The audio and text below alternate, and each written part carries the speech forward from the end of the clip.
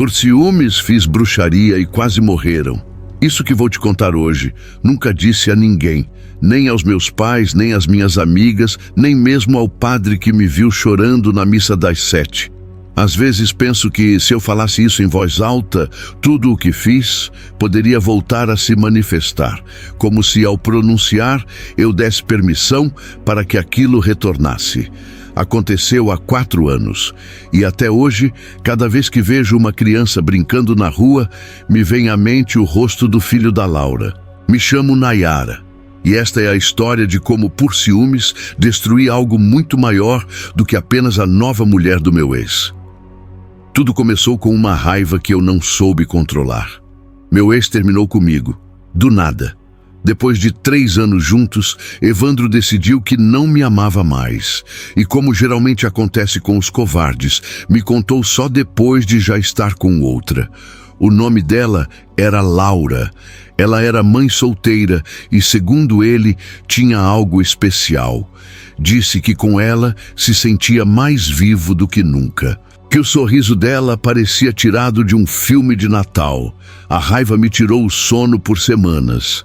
Evandro e eu moramos juntos por 2 anos. Ele sempre dizia que me amava, que queria construir uma família comigo, que se sentia completo ao meu lado.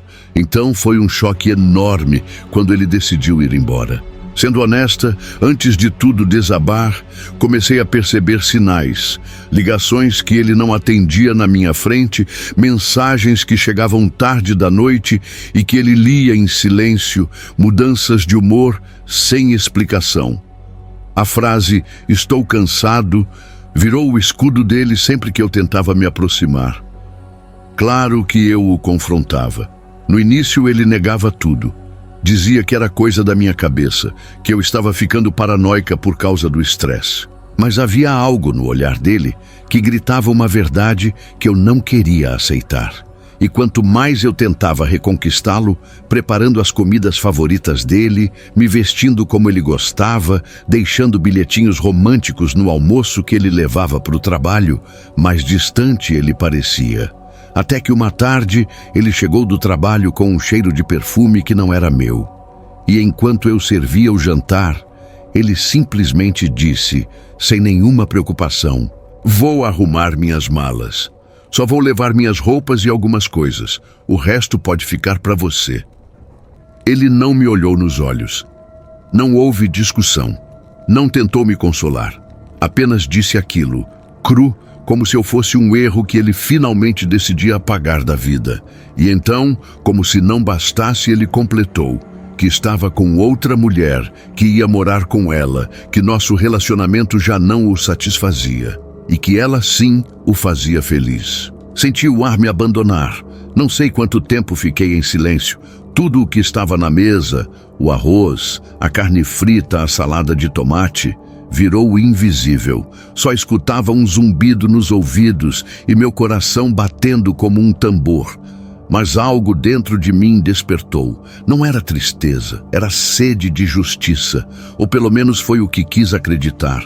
Na verdade, o que senti foi sede de vingança. Naquela noite, com a casa em silêncio e o lado da cama vazio, peguei o celular e digitei algo que marcaria o resto da minha vida. Bruxaria para fazer alguém sofrer. Foi aí que encontrei uma mulher chamada Lucinéia. Ela não tinha site, nem redes sociais.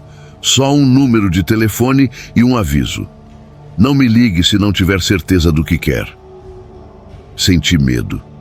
Um medo frio e profundo, como um aviso lá no fundo do estômago. Fechei o navegador e tentei me fazer de forte.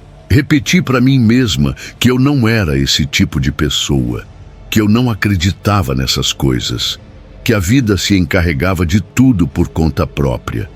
Passou quase um mês e eu já tinha conseguido parar de pensar no Evandro, ou pelo menos achava que sim, até que eu o vi.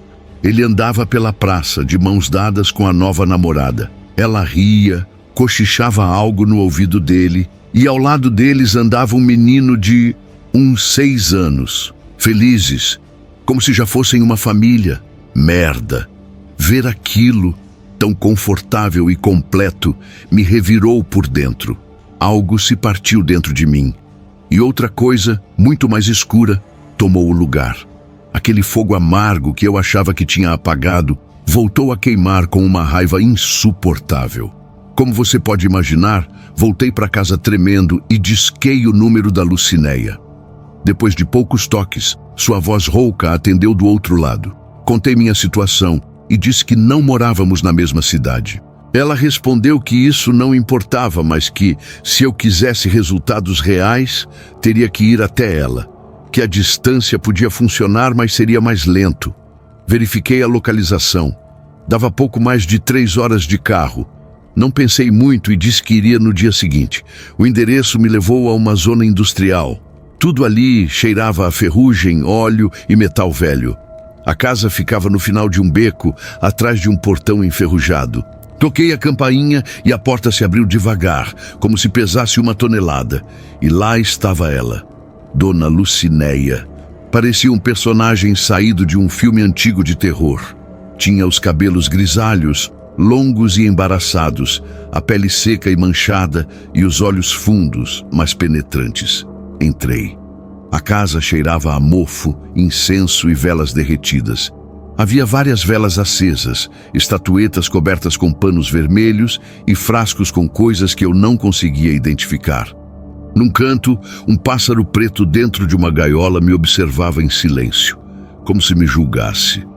Desabei emocionalmente, sem dizer uma palavra. Ela não foi gentil, não ofereceu consolo, apenas esperou. Quando consegui controlar o tremor na voz, contei o que queria. Confessei que buscava vingança, queria que ele sofresse o que eu estava sofrendo, que sentisse o abandono, a desesperança, o mesmo buraco negro que ele deixou no meu peito. Queria que a relação nova dele desmoronasse, que ele não conseguisse viver em paz. Lucinéia me disse que podia fazer o que eu quisesse. Não importava se era algo bom ou algo sombrio. O que interessava para ela era apenas o dinheiro. O olhar dela, frio e sem emoção, confirmava isso. As consequências não importavam, só cumprir o pedido. Naquela mesma noite, ela começaria os rituais para que Evandro sofresse, para que a felicidade que ele havia construído com outra mulher se destruíssem lentamente. Ela me pediu uma foto dele e da mulher. Felizmente, ou infelizmente, eu já tinha uma. Havia tirado com o celular aquele dia na praça, quando os vi caminhando felizes. Imprimi a imagem numa loja rápida e levei até ela. Ela mal olhou. Disse que aquilo bastava e que deixasse os R$ 2.500 combinados. Entreguei o dinheiro e voltei para casa com o coração embaralhado. Um sentimento estranho entre medo e culpa. Uma satisfação difícil de explicar. Ela me disse para ligar em 1 semana, para saber como o trabalho estava evoluindo, e assim fiz. Exatamente 1 semana depois, liguei. A resposta dela foi curta e seca. Está tudo pronto. Em algumas semanas, os efeitos vão começar a aparecer. Pode ser que você não veja nada, já que não tem contato direto com eles, mas meu padrão sempre cumpre as promessas. Aquelas palavras me encheram de pavor. Fiquei pensando no que eu tinha feito, em quem eu tinha pedido ajuda, mas já não havia volta. O mal sempre faz a gente saber das coisas. 3 meses depois, recebi uma ligação de uma amiga em comum minha e do Evandro. Ela me disse que ele estava internado em estado grave no hospital. Tinham pegado um Uber para visitar alguns parentes, mas o veículo foi atingido por um caminhão. Todos estavam feridos com gravidade. Ela contou que Evandro havia perguntado por mim, que queria me ver. Hesitei em ir, honestamente. Minhas mãos tremiam, mas a curiosidade foi mais forte que o medo. Quando cheguei ao hospital, o encontrei deitado, com a perna engessada e suspensa por cordas, e o braço esquerdo imobilizado. Seu rosto estava cheio de arranhões, hematomas e uma expressão apagada. Falou comigo com uma voz fraca, quebrada pela dor. Disse que tinha pensado muito em mim, que sentia muito, que o que fez comigo não foi certo, e que agora ele entendia tudo. Depois me contou com mais detalhes o que havia acontecido. Disse que Laura, sua nova parceira, também tinha se machucado, mas não tão gravemente. Mas o menino estava na UTI, havia batido forte a cabeça e o prognóstico era incerto. Sua namorada o culpava por tudo. Por não ter escutado, por insistir em sair quando ela não queria, por forçar a visita à família, mesmo quando ela dizia que algo não estava certo. Contou também que as coisas já vinham desmoronando há tempos. Começaram com brigas tolas, depois vieram os problemas financeiros. Tiveram que vender o carro. Começaram a adoecer frequentemente. Laura dizia que sentia presenças estranhas em casa. Dizia que o filho falava sozinho, que acordava de madrugada gritando, se recusando a dormir. Falava sobre uma mulher vestida de preto que sentava na beira da cama e o encarava, imóvel. Evandro ficou internado por 1 semana. Laura, com ferimentos menores, teve alta em poucos dias. Mas o menino, ele seguia entre a vida e a morte, entubado, cercado de máquinas que respiravam por ele. Aquele corpinho tão frágil, tão pequeno, cercado por tecnologia que parecia de outro mundo. E eu sabia que tudo aquilo era culpa minha. Quando Evandro teve alta, não voltou para Laura. Foi morar com os pais. Ela pediu um tempo. Disse que queria ficar sozinha, que o filho precisava de estabilidade, não de brigas. Afirmou que ficaria no hospital dia e noite até que o menino acordasse. E foi o que fez. Passou 1 semana e milagrosamente o menino despertou. Os médicos disseram que não conseguiam explicar direito, mas os sinais neurológicos eram positivos. Não parecia que ele teria sequelas graves, embora fosse necessária uma reabilitação. Já se passaram 2 anos desde então. O menino está bem, recuperou-se completamente, mas me disseram que por meses ele não quis dormir sozinho. Chorava quando via sombras, evitava espelhos e ainda falava da mulher de preto. Evandro e Laura se separaram de vez. Ele se tornou alcoólatra, perdeu o emprego e vive com os pais. E eu sigo presa nessa culpa que me acompanha como uma sombra, além da má fase que venho enfrentando. Fui demitida do meu trabalho há alguns meses. Meu último relacionamento acabou do nada, sem explicação. E o pior, minha mãe adoeceu. Os médicos não conseguem chegar a um diagnóstico. Alguns dizem que é lúpus, outros suspeitam de câncer. Nenhum sabe ao certo. E nenhum consegue curá-la. Ela só piora. Mas eu sei por quê. É culpa minha, por aquele trabalho que pedi, porque abri uma porta que nunca deveria ter tocado, porque invoquei uma escuridão que não se contentou com apenas uma vítima, porque o mal, uma vez libertado, não é tão fácil de prender de novo. Minha amiga, a bruxa, ela não me contou que o preço seria tão alto.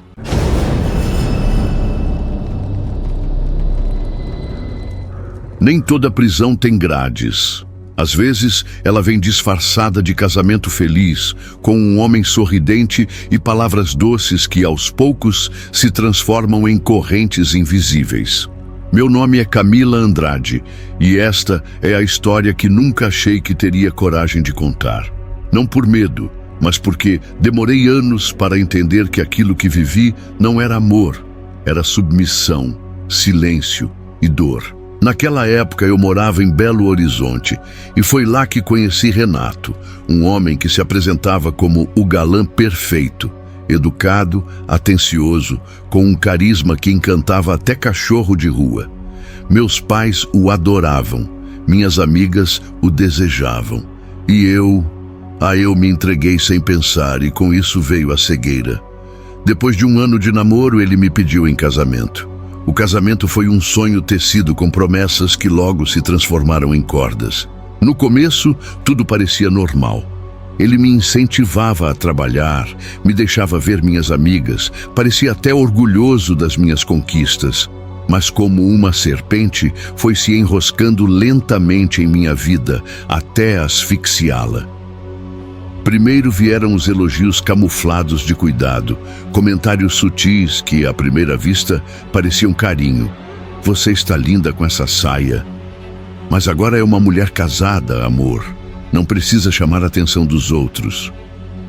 Eu sorria, achando que era zelo. Mal sabia eu que ali já começava o cerco. Depois vieram as desculpas constantes para evitar qualquer saída. Fosse um passeio inocente no parque ou uma visita rápida aos meus pais. Ele dizia que preferia a nossa companhia, que nada era mais importante do que o tempo juntos. E eu, cega pela ilusão de um amor intenso, aceitava tudo, achando que era isso o amor verdadeiro. Com o tempo parei de ver minhas amigas. Ele dizia que elas não eram boa influência, que falavam demais, que colocavam ideias na minha cabeça. Isolada, percebi que a única pessoa com quem eu convivia era ele. Tudo em minha vida girava ao redor dele. O que eu comia, o que vestia, com quem falava, onde ia e por quanto tempo. Se demorava mais do que o esperado, já era motivo para acusações, chantagens emocionais, olhares duros e silêncios que me puniam por horas. Pouco a pouco, ele me dominou por completo. Me tirou do mundo. Ele me moldou para ser obediente, agradecida, submissa. Me transformou em sombra da mulher que eu fui. E o pior, me fez achar que tudo isso era normal. Que eu é que era sortuda por ter alguém que se importava tanto assim. Ele dizia que me amava, apesar de eu ser como era, como se estivesse fazendo uma caridade ao me tolerar. Com os anos, vieram meus 2 filhos e com eles o esgotamento absoluto. Eu me tornei um relógio que nunca descansava. A casa, a comida, o trabalho e o ego do Senhor, até que um dia simplesmente colapsei. Discutimos muito forte e, embora não tenha sido a primeira vez, foi a mais violenta. Em um surto, seu punho terminou o que sua boca não sabia resolver. Como você pode imaginar, acordei em uma cama de hospital e ali, entre a luz branca e os sons monótonos das máquinas, quando ela apareceu. A dona Neuzinha se apresentou sem palavras, apenas com uma manta que colocou com ternura sobre meus ombros. Notei que ela usava em seu pescoço uma pequena figura do São Jorge. Eu não disse nada, ela também não, mas me senti compreendida. Durante o tempo em que estive internada, Neuzinha foi mais que uma enfermeira. Ela ficava mais tempo depois do turno, me trazia gelatina ou um livro. Uma tarde, quando entrou para me ver, eu estava chorando. E naquele momento de fraqueza, eu contei tudo. Ela segurou minha mão com força e me disse algo que nunca vou esquecer. Às vezes, a única saída é por onde ninguém se atreve a olhar. Eu não entendi até que ela começou a me visitar depois da alta, já em minha casa. Infelizmente, eu não tinha opção. Tive que voltar para casa junto ao meu maldito marido. Não podia deixar meus filhos sozinhos com ele. Neuzinha se apresentou uma tarde, enquanto meu marido trabalhava com uma bolsa de pão doce. Foi aí que entendi que o que havia entre nós era uma amizade genuína. Ela me disse que tinha dons espirituais e que fazia trabalhos de bruxaria, que a maioria eram bons, mas que, em algumas ocasiões, ela tinha que fazer justiça com suas próprias mãos. Com cada visita, ela me ensinava algo: acender uma vela, fazer limpezas com ovo, rezar frente a um copo de água. Teve uma madrugada que eu acordei com uma opressão no peito. O ar estava denso e meu marido estava dormindo, roncando como um animal satisfeito. Levantei-me, fui até a cozinha e lá estava Neuzinha. Não sei como entrou, mas também não me assustei. Ela tirou de sua bolsa um frasco pequeno, opaco, com uma tampa de cortiça amarrada com um fio vermelho. Colocou-o em minhas mãos e me disse para escondê-lo debaixo da cama, para não abri-lo, e após 4 dias dar o conteúdo daquele líquido a meu marido no café ou no suco do café da manhã. Naquela noite, coloquei o frasco debaixo da cama, bem onde ele dormia. E desde a primeira noite começaram os tormentos.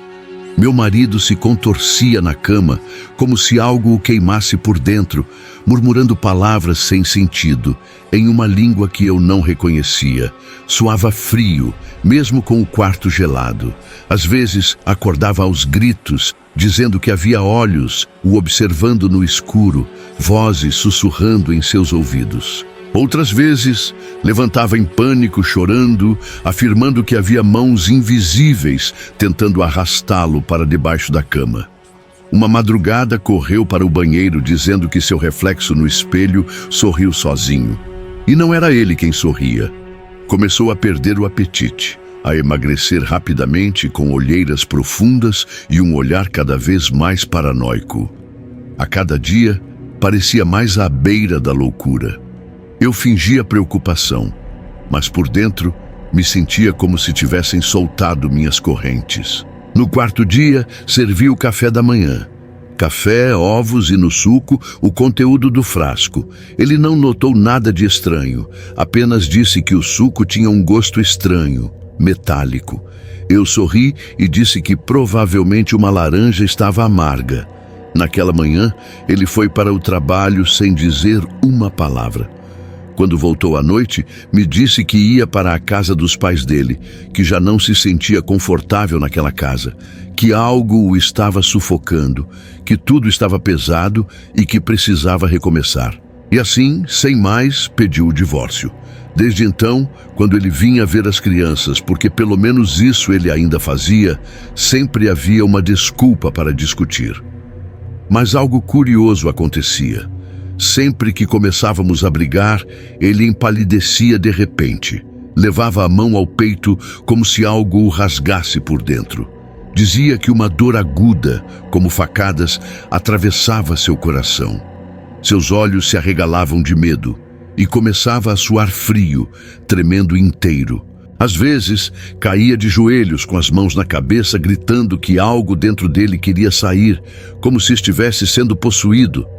Dizia que ouvia gritos dentro do crânio, como se 1000 vozes estivessem berrando ao mesmo tempo. E então, cambaleando, pedia para ir embora, dizendo que a presença naquela casa o estava matando lentamente. Eu agradecia a Neuzinha, não com palavras elaboradas nem discursos, mas com um abraço longo e profundo.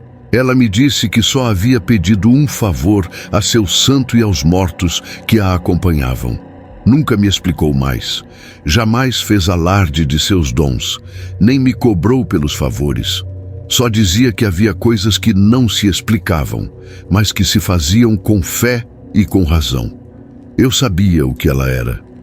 Soube desde a primeira vez que a vi com seu pingente do São Jorge. Neuzinha era bruxa, e bruxa das negras, daquelas que não têm medo de chamar o submundo pelo nome. Mas também era a alma que me protegeu quando todos me deram as costas. Às vezes, o bem não se encontra vestido de branco ou com asas. Às vezes, ele se apresenta com olheiras, rezas à meia-noite e mãos que sabem fechar portais invisíveis. Sinceramente, eu fui uma das poucas afortunadas a cruzar com uma mulher extraordinária, dessas que a muitos fariam arrepiar só de olhá-las, mas que, para mim, se revelou com sua bondade silenciosa e seu poder oculto. Uma pessoa que teve a bondade de me ajudar. Se você gostou dessas histórias, me ajude deixando seu like e inscreva-se. Deixe nos comentários a cidade que você mora. Até o próximo vídeo.